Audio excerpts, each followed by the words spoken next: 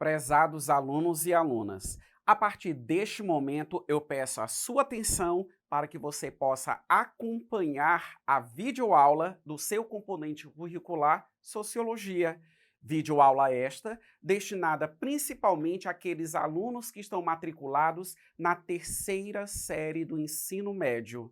Nesta videoaula, nós iremos tratar a respeito dos movimentos sindicais no mundo. Vamos entender como que se deu a organização dos primeiros sindicatos dentro da história, no mundo mesmo. Qual foi a origem de tudo isso?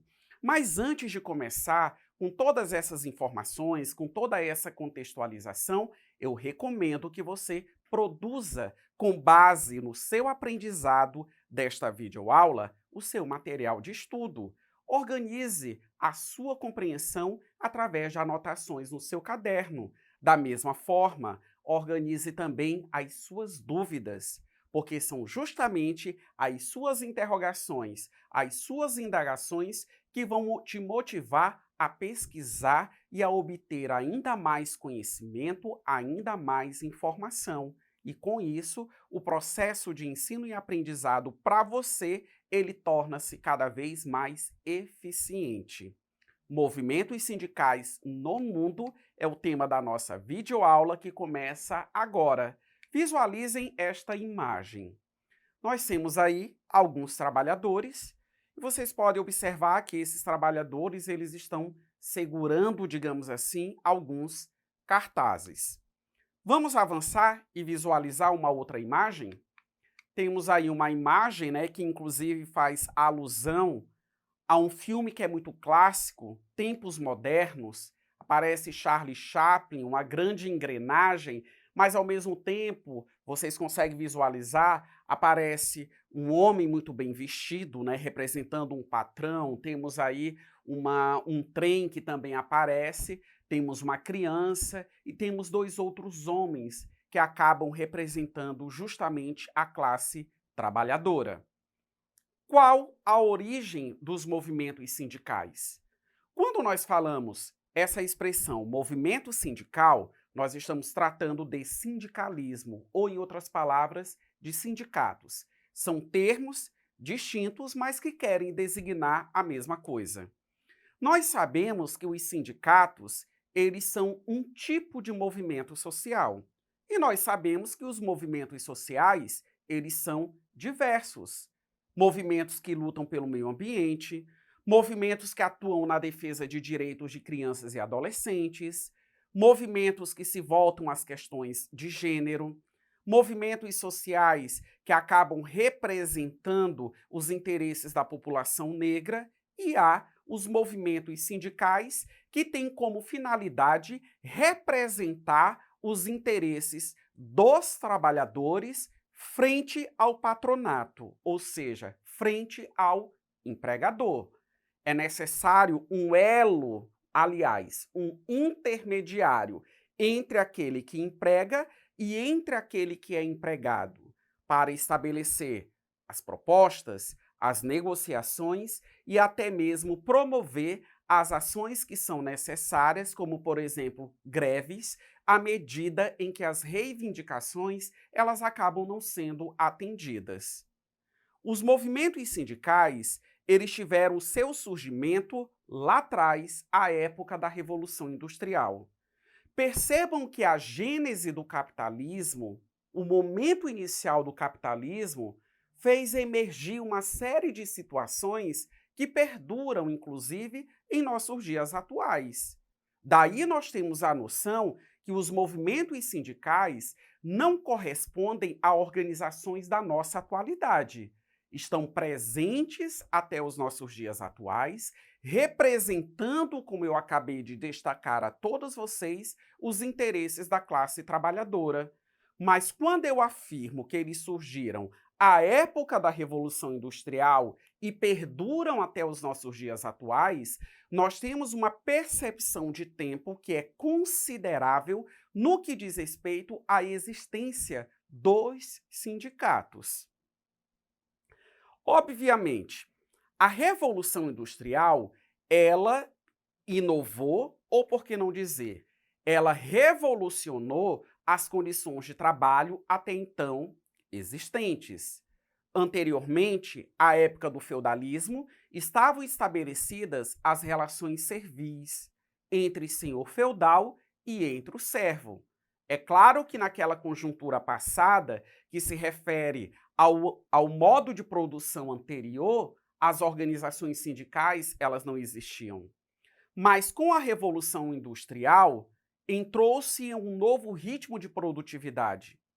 A posse dos meios de produção e a não posse desses meios de produção acabou definindo as classes sociais, burguesia e proletariado, com a finalidade de aumentar a produtividade, com a intenção de geração de riqueza, de obtenção de lucro, principalmente com a comercialização dessas mercadorias, ocorreu o processo de divisão do trabalho, em que cada trabalhador ele assume, dentro de uma estrutura produtiva, digamos assim, uma posição.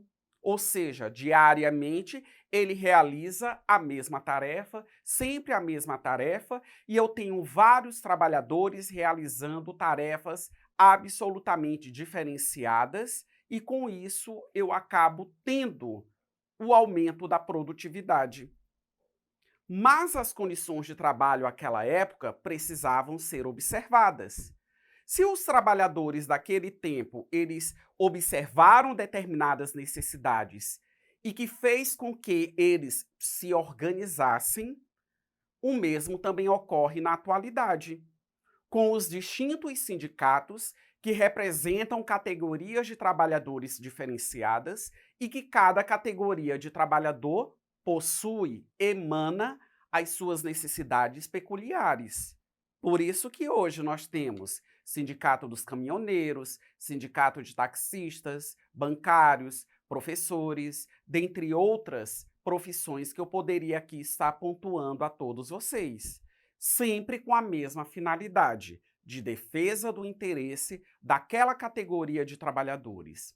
A partir de agora, eu começo a apresentar a todos vocês quais foram as motivações, quais foram os problemas enfrentados, né, ou os problemas mais evidentes à época da Revolução Industrial e que acabaram correspondendo, digamos assim, à grande motivação para a organização desses trabalhadores. Visualizem em tela. Então, nós temos aí condições de trabalho insalubres. O ambiente de trabalho ele precisa ser um ambiente de trabalho favorável para que as pessoas elas possam desenvolver as suas atividades. A partir do momento que eu estou inserido em um ambiente de trabalho que é insalubre, esse próprio ambiente de trabalho, devido às suas condições, ele pode inclusive afetar a minha saúde, me prejudicando enquanto trabalhador e enquanto pessoa. Um segundo problema enfrentado foi a extensa jornada de trabalho. Bem, um dia, nós sabemos, ele tem 24 horas. As jornadas de trabalho que eram praticadas naquela época chegavam até 16 horas de trabalho, sobrando muito pouco para o descanso e para que as pessoas também pudessem, digamos assim, realizar as suas outras atividades. Terceiro grande problema, uso da mão de obra infantil, que era muito recorrente àquele tempo. E prestem bem atenção, adultos e crianças. Os homens eram os que mais ganhavam, mulheres ganhavam menos que os homens e crianças ganhavam menos que os homens e as mulheres. 4. Acidentes no ambiente de trabalho. Se eu tenho um ambiente de trabalho insalubre, a ocorrência de acidentes era algo incidente. A exemplo também do que ocorre na atualidade. Muitas pessoas acabam se machucando, sofrendo determinados acidentes nos dias atuais, em decorrência do tipo de trabalho ou porque estão frequentemente sujeitas a algum tipo de risco. E, por fim, um grande problema enfrentado, como eu disse agora há pouco, a diferença salarial entre homens, mulheres e crianças, ocorria também a questão dos baixos salários. Então vocês podem perceber, através desses problemas enfrentados, que alguns deles perduram até os nossos dias atuais. Se nós pararmos para analisar, e isso é uma curiosidade que você pode estar pesquisando e aprofundando as suas informações a respeito, você vai perceber que algumas dessas reivindicações, elas são reivindicações também dos trabalhadores atuais. São reivindicações que historicamente elas não foram, por exemplo, superadas. Historicamente, quando o trabalhador ele reclama do salário porque ele trabalha muito, ele ganha muito pouco, temos uma reivindicação histórica não resolvida pela atuação sindical. Agora nós vamos exercitar o nosso aprendizado. Visualizem em tela, vocês vão perceber e identificar a questão, farei a leitura do enunciado e das possibilidades de resposta. Bastante atenção. Autor do livro A Corrosão do Caráter, Consequências Pessoais do Trabalho no Novo Capitalismo. Richard Sennett constrói uma série de reflexões acerca das novas condições de trabalho que se impõem, vinculadas ao atual modelo capitalista e à lógica neoliberal, afirmando que a nova realidade econômico-social, que traz termos excitantes como agilidade, flexibilidade e mudança, não propicia a realização ambicionada por estes trabalhadores. Sobre o trabalho no capitalismo flexível, pode-se afirmar que, alternativa a flexibilidade e o risco fazem um movimento pedagógico fundamental aos trabalhadores ao motivarem os mesmos para práticas mais responsáveis e altruísticas. Alternativa B. Não há qualquer relação entre o capitalismo flexível com ansiedade, instabilidade e o sentimento de deriva dos trabalhadores em relação ao presente e de perspectivas futuras. Alternativa C.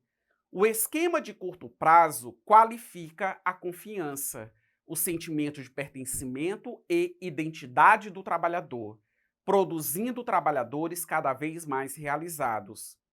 Alternativa D. A nova economia, que enaltece a flexibilidade e o curto prazo, em vez de libertar os trabalhadores, produzem novas formas de poder e controle. Então, uma breve análise sobre a questão e essas possibilidades de resposta, vinculando ao nosso conteúdo. As teorias críticas, principalmente o marxismo, dentre outras concepções, chamam a atenção que as condições de trabalho estabelecidas no capitalismo são relações que se pautam na exploração. Ou seja, as condições de trabalho acabam valorizando e atendendo os interesses daquele que empregam e acabam a cada dia exigindo cada vez mais do trabalhador, precarizando a sua condição. Com base nisso, a resposta correta está expressa na alternativa D, a nova economia que enaltece a flexibilidade e o curto prazo, em vez de libertar os trabalhadores, produzem novas formas de poder e controle. Os movimentos sindicais pelo mundo foi o tema desta videoaula. Acesse a plataforma eduque.ac.